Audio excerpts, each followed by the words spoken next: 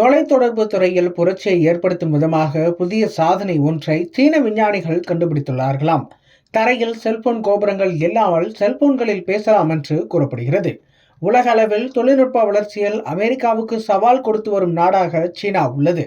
வானிலை, சேட்டலைட், விமானங்கள் என்று பல்வேறு துறைகளிலும் சீனா படிவேகமாக ஆய்வுகளை நடத்தி வருகிறது.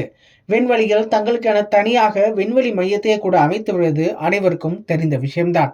இந்த நிலையில் தொலைத்தொடர்பு துறையில் புதிய புரட்சியை ஏற்படுத்தும் விதமாக ஸ்மார்ட் போன்களை செல்போன் டவர்கள் இல்லாமல் நேரடியாக செயற்கைக்கோள் மூலமாக பேசும் வசதியை கொண்டுவர சீனா கடந்த சில ஆண்டுகளாக தீவிர ஆய்வு மேற்கொண்டது.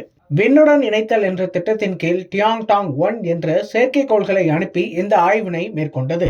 2016ஆம் ஆண்டு முதல் இந்த சோதனை நடத்தி வந்த சீனா தற்போது இந்த முயற்சியில் வெற்றி கண்டதாக சொல்லப்படுகிறது. அதாவது ஸ்மார்ட் போன் தகவல் தொடர்பு அமைப்பில் செயற்கைக்கோள் இணைப்பை அடைவதில் சீன விஞ்ஞானிகள் புதிய சாதனை படைத்திருக்கிறார்களாம். இதன்படி தரையில் செல்போன் கோபுரங்கள் இல்லாமல் செல்போன்களில் பேசலாம் என்று கூறப்படுகிறது. தற்போது 3 டைண்டாங் செயற்கைக்கோள்கள் ஏவப்பட்டுள்ளதாம். இதன் மூலம் ஆசியா பசிபிக் பிராந்தியம் முழுவதும் செயற்கைக்கோள்கள் வழியாகவே ஸ்மார்ட் போன்களில் பேச முடியும் என்று கூறப்படுகிறது.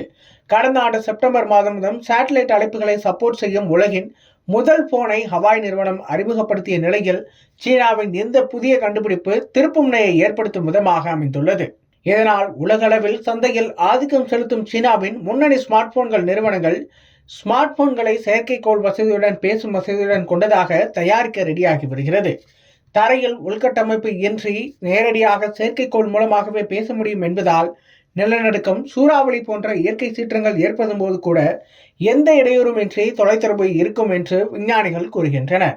அதுபோக ஊரக பகுதிகளிலும் இது பயனுள்ளதாக இருக்கும் என்று அவர்கள் கருதுகின்றனர். எனவே மொபைல் போன்களுக்கான நேரடி செயற்கைக்கோள்கள் இணைப்பு உலகம் முழுக்க பிரபலமாகிவிடும் என்றும் அவர்கள் கூறுகின்றனர்.